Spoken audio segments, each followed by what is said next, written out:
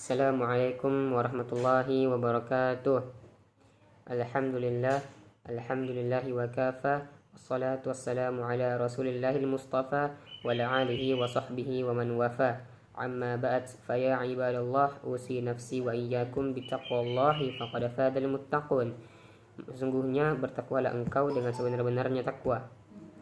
Alhamdulillah, pada kesempatan kali ini saya akan memberikan kultum dengan tema doa. Jadi, apa itu doa? Doa itu adalah sebuah ibadah. Dijelaskan dalam sebuah hadis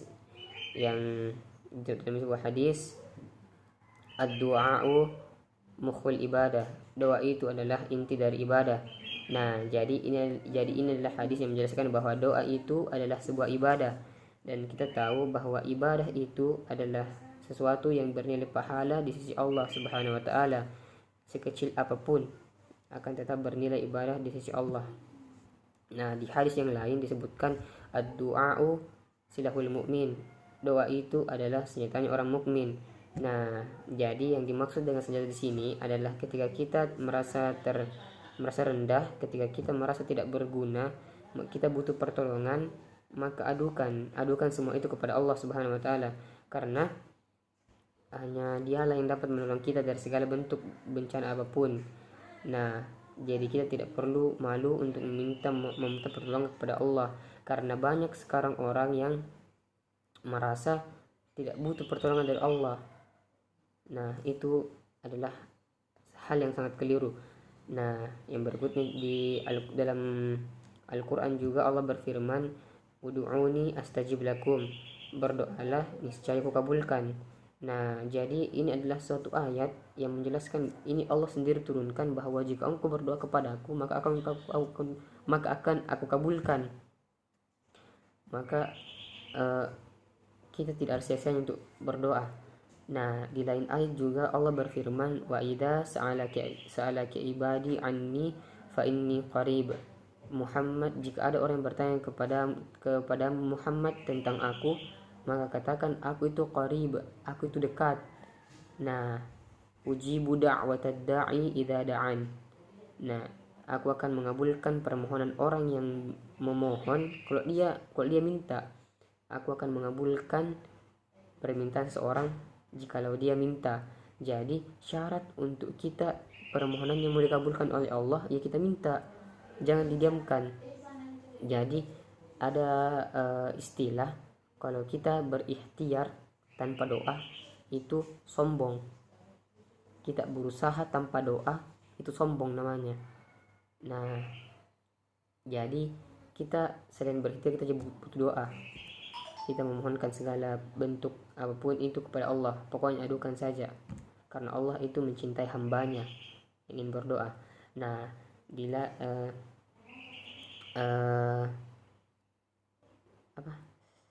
Allah itu bergantung dengan prasangka hambanya. Jadi kalau kita berprasangka kepada Allah bahwa pasti dikabulkan oleh Allah, maka Allah akan kabulkan itu. Nah, berkenaan dengan doa, maka ada beberapa faktor yang menyebabkan tertolaknya doa seorang muslim. Nah, ini penting untuk kita ketahui. Jangan sampai kita memiliki faktor tersebut yang akhirnya menghambat doa kita untuk tersampai kepada Allah. Nah, faktor yang pertama yaitu memakan makanan yang haram dan minuman yang haram. Nah, jadi apabila kita berdoa kepada Allah sedangkan darah yang mengalir dalam tubuh kita itu adalah darah haram, bagaimana caranya mungkin Allah akan mengabulkan doa tersebut? Nah, jadi ada orang yang berdoa tiap tahun, bahkan doa-doanya tidak pernah terkabulkan sama sekali. Nah, apakah doanya itu diterima? Di lain kisah juga disebutkan bahwa ada seorang musafir melakukan perjalanan. Nah, kita tahu bahwa Allah itu akan dengan cepat mengabulkan doa orang musafir yang dalam perjalanan. Nah, doa orang yang teraniaya dan doa orang yang menyebutkan asmanya dalam doanya. Ya, contohnya kita menyebutkan kita memohon rezeki, maka sebutkan ya Razzaq. Kita mohon ampunan ya Ghaffar, semacam itu. Kita mohon untuk kasih sayang dan dikasih sayang, maka ya Rahman ya Rahim. maka itu akan lebih cepat mempercepat doa kita sampai kepada Allah, dikabulkan oleh Allah.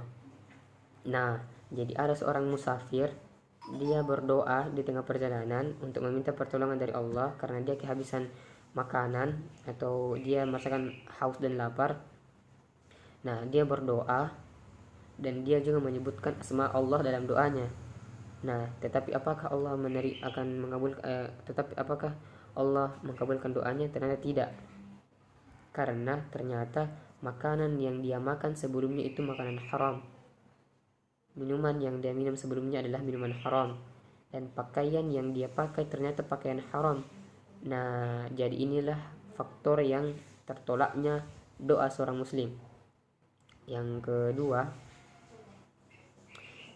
itu suuzon duluan sama Allah. Nah, jadi ada orang yang berdoa, yang belum berdoa sudah suuzon sama Allah. Jadi dia mengatakan, tidak usah berdoa deh karena banyak sekali doaku, mustahil dikabulkan. Nah, kayak begitu. Jadi dia sudah berprasangka buruk terhadap Allah. Nah, jadi bagaimana Allah mengabulkan doanya sedangkan hambanya telah berprasangka buruk tentangnya? Maka hindarilah suuzon kepada Allah. Itu sangat hina. Jadi kita harus menghindari hal yang demikian. Nah, yang berikutnya, yang ketiga itu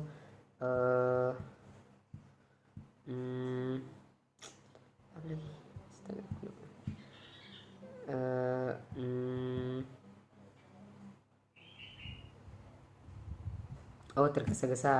Tergesa-gesa dalam ingin dikabulkan doanya.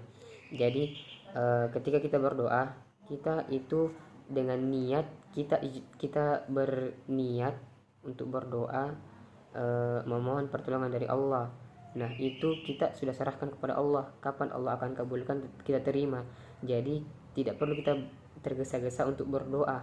Maksudnya tergesa-gesa untuk supaya Allah mengabulkan doa kita secara cepat. Nah, jar doa itu ada dikabulkan cepat, ada dikabulkan agak lama, dan ada nanti akan tidak dikabulkan di dunia tapi akan menjadi pahala nanti di akhirat. Jadi doa itu tidak rugi sama sekali. Nah, dan doa itu termasuk ibadah, jadi akan bernilai pahala di sisi Allah. Nah, sama seperti senyum itu adalah ibadah. Nah, doa itu dan senyum itu termasuk dalam ibadah praktis, ibadah yang mudah dilakukan tetapi memiliki nilai pahala dan mulia di sisi Allah Subhanahu wa taala. Mungkin teman-teman bisa mengerti tentang materi doa yang saya bawakan. Lebihnya mohon dimanfaatkan dan diaplikasikan, kurangnya mohon dimaafkan karena yang namanya manusia pasti berbuat salah. Kullu bani Adam khata', sesungguhnya cucu anak bani Adam itu khata', berbuat salah. Wa khata'ina tawwabun, dan yang sebaik dan yang bersalah dan yang baik melakukan salah. Dan yang sebaik-baiknya yang berbuat salah itu adalah yang taubat, yang kembali kepada Allah. Jadi mungkin cuman ini kultum yang tidak bisa saya bawakan. Akhirul da'wana subhanakallahumma bihamdik asyhadu an la ilaha illa anta astaghfiruka wa atubu ilaik. Assalamualaikum warahmatullahi wabarakatuh.